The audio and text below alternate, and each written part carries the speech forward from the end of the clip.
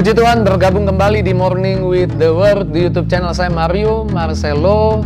Hari ini hari yang baru, hari yang Tuhan jadikan. Mari kita bersuka cita karena kebaikannya belum berakhir.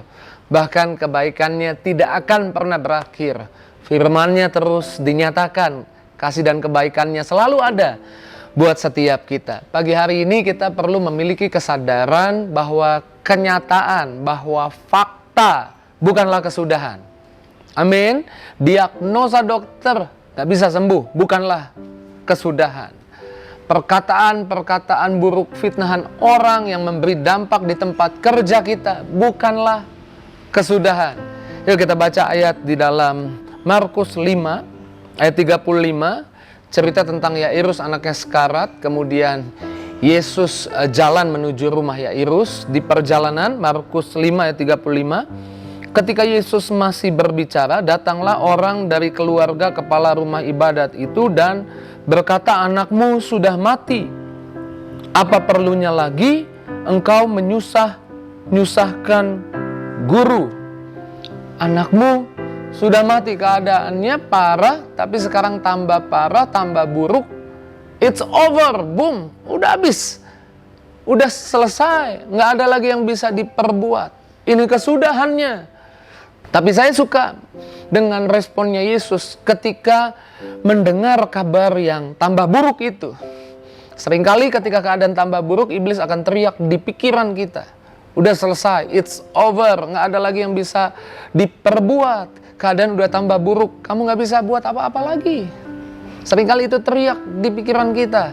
Tapi Yesus kasih arahan, Yesus kasih perintah yang harus kita ikuti sama seperti Yesus. Ayat 36, tetapi Yesus tidak menghiraukan perkataan mereka.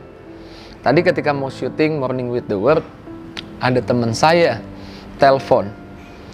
Lalu yang pegang kamera bilang, "Kak, ada telepon." Lalu saya diemin, nggak saya angkat. Malah saya silent. Saya tidak menghiraukan suara dering telepon itu karena ada hal yang harus saya kerjakan. Kita seringkali perlu tidak menghiraukan perkataan-perkataan orang. Nah, baru lagi kan? Baru lagi bunyi. Terpaksa sekarang beneran saya silent. Kita perlu tidak menghiraukan ketika ada yang kita kerjakan. Tujuannya, Yairus dan Yesus mau menyembuhkan anaknya. Tapi ada kabar buruk.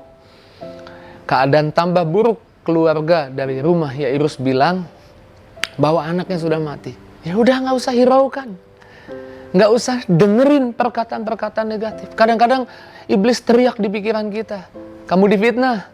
Kamu akan tambah jatuh, keadaanmu akan tambah buruk. Bos udah gak percaya lagi sama kamu. Jangan hiraukan. Biarkan anjing menggonggong, kafilah berlalu. Jangan dengarkan perkataan iblis. Jangan hiraukan. Lalu Yesus bilang, percaya saja. Jangan takut. Percaya saja. Jangan hiraukan. Kita harus punya tindakan yang sama seperti contoh kita, Yesus kita. Jangan hiraukan. Lalu Yesus terus jalan menuju rumah Yairus. Nah, yang saya suka, Yesus bukan hanya tidak menghiraukan. Kalau kita baca di ayat 38, mereka tiba di rumah kepala rumah ibadat dan di sana dilihatnya orang-orang ribut, menangis dan meratap dengan suara nyaring.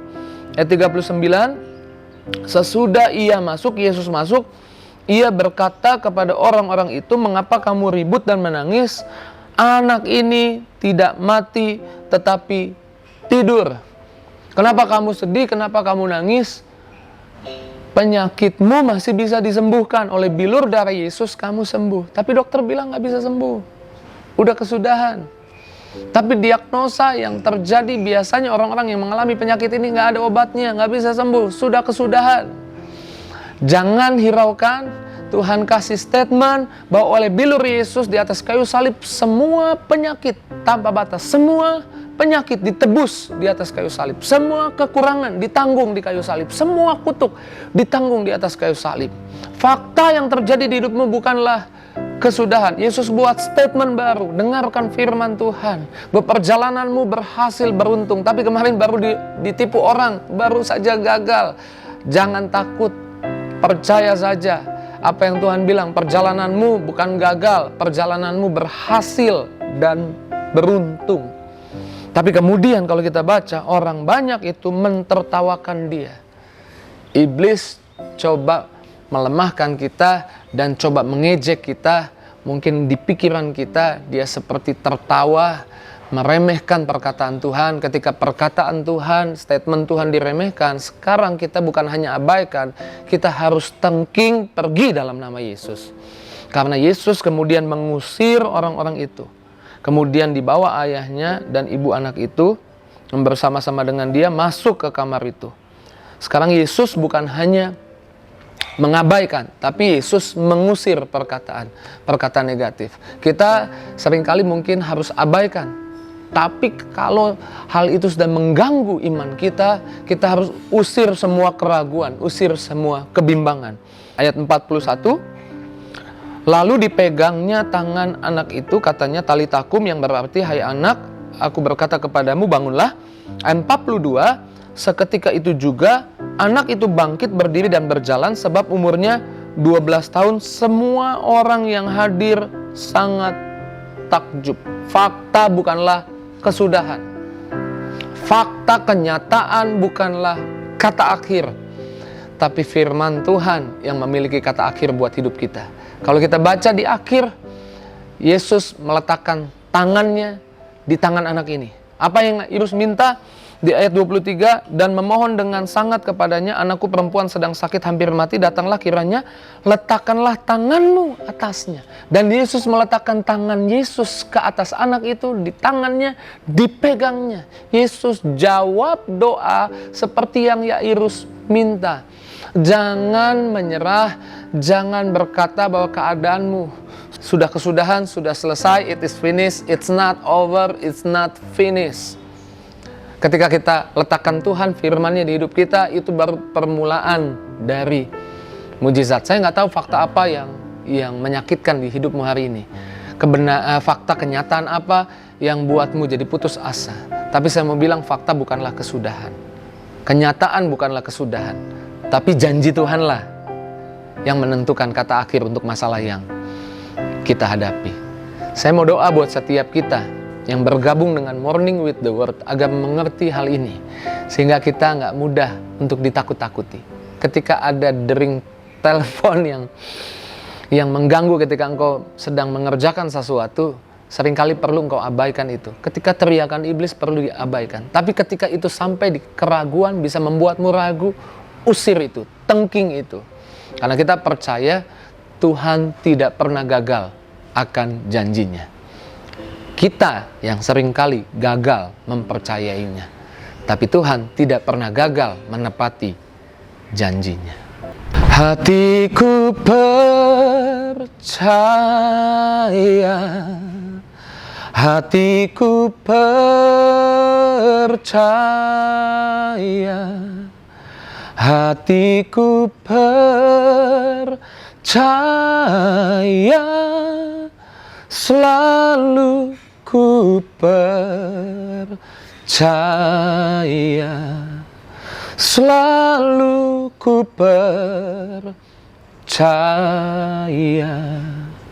Saya ajak setiap kita yang gabung dengan Morning with the Word pagi hari ini, apapun masalahmu, apapun tantangan di hidupmu, datang sama Tuhan, minta. Dan jadilah percaya bahwa apa yang kamu minta, Tuhan pasti jawab. Sekalipun dalam perjalanannya seringkali keadaan tambah buruk, kenyataannya tambah buruk. Kenyataan bukan kesudahan, tapi firman Tuhanlah kata akhir buat masalah kita. Masing-masing boleh naikkan doa, apapun masalahmu, datang di hadapan Tuhan. Bawa doamu, serahkan hidupmu, minta berkat buat hidupmu, buat anak-anakmu, buat orang tuamu, buat bisnismu. Bahkan mungkin yang bergabung dengan Morning with the Word yang pelayanan, minta berkat buat pelayananmu, minta berkat buat hidupmu, dan biarlah Tuhan memberkatimu.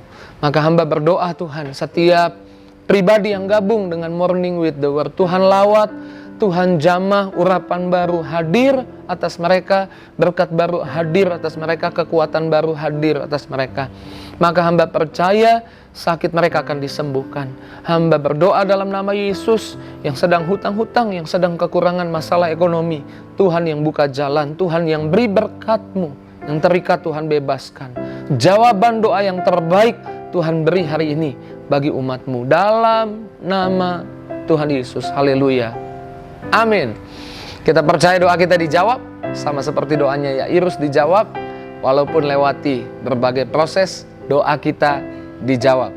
Fakta bukanlah kesudahan. Bagikan kabar baik ini kepada banyak orang, biarlah setiap pagi banyak orang juga ikut diberkati. Tuhan berkati setiap kita. See you